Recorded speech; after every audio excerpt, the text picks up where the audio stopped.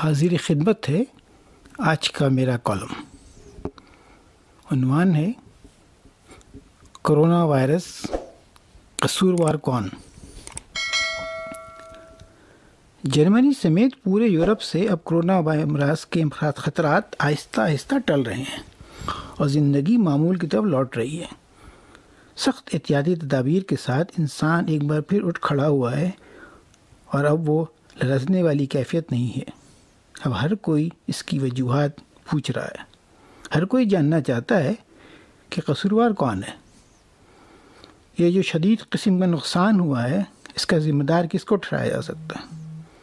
کون اس پورے وقت کے ضیاع سے لگنے والے زخم پر مرہم رکھے گا؟ اور ہفتوں طویل اس خسارے کو کون پورا کرے گا؟ زندگی کے جو نئے نظام لاگو کیے گئے ہیں، اس میں ماسک اور دستانے پہن کر جاب کرنا، خریداری کرنا اور دوسرے کام، اور جس کی وجہ سے ہر کوئی پریشان ہے، اس پریشانی کے ساتھ زندگی گزارنے کا یہ عمل اور کتنے دن تک انسانوں پر ایک عذاب کی طرح لاگو رہے گا؟ ایسے اور بہت سارے سوالات ہیں جو اب پوچھے جا رہے ہیں۔ کیا قصوروار امریکہ ہے، جس کا ارادہ تھا کہ وہ کرونا وائرس کے جہاز سے چین سے کشتی لڑ سکتا ہے اور ووہان میں اپنی کامیابی کے جھنڈے لہرا سکتا ہے؟ یا چین، جو کرونا وائرس کے ووہان میں کامیاب ٹیسٹ کے بعد امریکہ کو زیر کرنا چاہتا تھا اور یورپ کو چکنا چور کر کے چینی مصنوعات کا نشہ مزید دو چند کرنا چاہتا تھا؟ ایک چیز تو یقینی ہے، وائرس انسان ساختہ ہے اور اسی کا بنایا ہوا ہی ہو سکتا ہے۔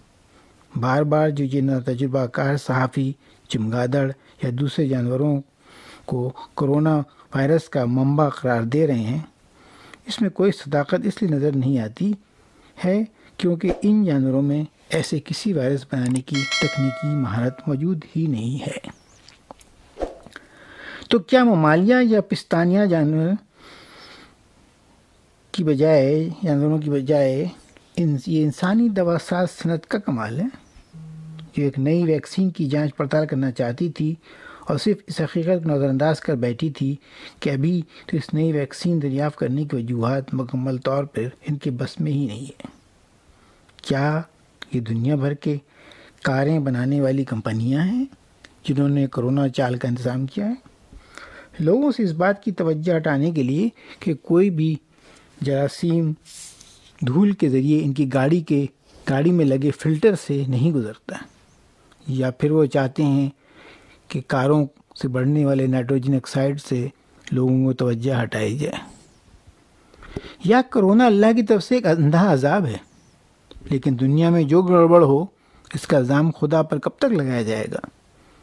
انسان اپنے مقدر کا خود مالک ہے، وہ ذاتی طور پر اپنی ہر چیز کی منصوبہ بندی خود کرتا ہے، ہر طرح کے فساد دنیا کے لیے خود بناتا ہے، ہر مولک ہتھیار خود تیار کرتا ہے، ہر طرح کے نئے تجربات لیبارٹری میں خود کرتا ہے، اور جب یہ تجربہ ہاتھ سے نکل جاتا ہے تو اسے خدا پر ڈال دیتا ہے۔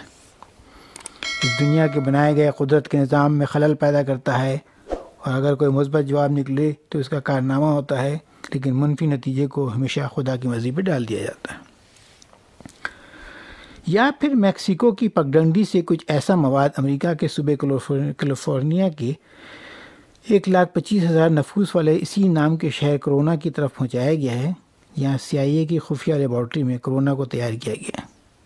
سوال یہ بھی ہے کہ اس بیماری کو آخر کووڈ-19 ہی کا نام کیوں دیا گیا ہے؟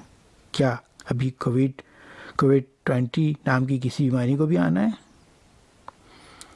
جہاں یہ سارے سوالات گردش کر رہے ہیں اور لوگ باغ سنجیدگی سے ان نظریات کو دیکھ رہے ہیں، وہیں کچھ ہلکی پھلکی مزاح سے بھرپور تھیوری بھی گردش کر رہی ہے۔ مثال کے طور پر شاید کرونا آرٹسٹوں کی خواہش ہو کہ یہ لوگ لاک ڈاؤن یعنی کرفیو میں خوب پنپتے ہیں، یا شاید پارٹیوں اور کلبوں میں جانے والے بہت تھک چکے تھے اور انہیں آرام کی ضرورت تھی، یا یہ کہ دن رات محنت کرنے والے اپنے خاندان، اپنی بیوی اور بچوں کے ساتھ اپنے اپارٹمنٹ میں طویل عرصے تک رہ کر بالآخر انہیں اچھے سے جاننا چاہتے تھے، یا صرف 1 ماہ جو ہر وقت گھر میں جڑی ہوتی ہے وہ اب اپنے شوہر کو زیادہ کثرت سے دیکھنا چاہتی تھی، یا یہ کہ یہ نوجوان لوگ تھے جنہوں نے گراج میں وائرس تیار کیا تھا، یا اولڈ ہاؤس کے ستائے پرانے بڈھے تھے جو نوجوانوں کے اس معاشرے کی توجہ کا مرکز بننا چاہتے تھے۔ کیا یہ اشتہاری صنعت میں کام کرنے والے مضحکہ خیز ملازم تھے جنہوں نے آخرکار یہ اندازہ لگا لیا تھا کہ گاہک کے لیے کسی مصنوعات کو کس طرح وائرل کیا جاتا ہے؟ یا اس کے برعکس کسی گاؤں والوں کی سازش تھی جو بڑے بڑے میٹروپولیٹن شہر کے خلاف ہو گئے تاکہ وہاں کوئی بھی تھیٹر، سنیما، ریستوران، کنسرٹ نہ جائے، کیونکہ ان کے گاؤں یا دیہی علاقوں میں ایسا تو صدیوں سے چل رہا ہے۔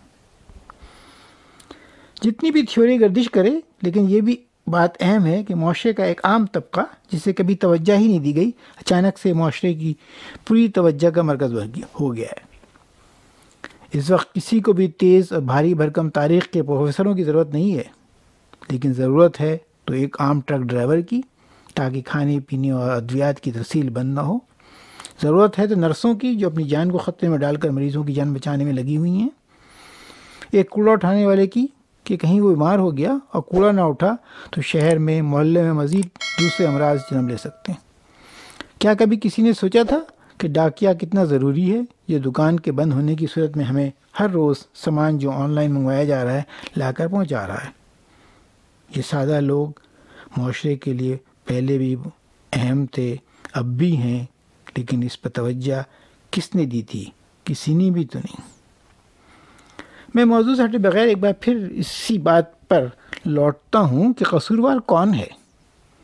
تھیوری یہ بھی گردش کر رہی ہے کہ اس کے پیچھے یہودی صہیونی سازش ہے، لیکن یہ ان مسلمانوں کی تھیوری ہے جو باقی تمام مسلمانوں کو اصل حقیقت سے ہٹانا چاہتے ہیں، اور وہ اس چھوٹے سے وائرس کی مدد سے خود دنیا پر قبضہ کرنے کا خواب دکھاتے پھر رہے ہیں، اور ساتھ ساتھ اسی طرف نظر بھی لگائے بیٹھے ہیں کہ یہ طبقہ کب اس کی ویکسین دریافت کرتا ہے۔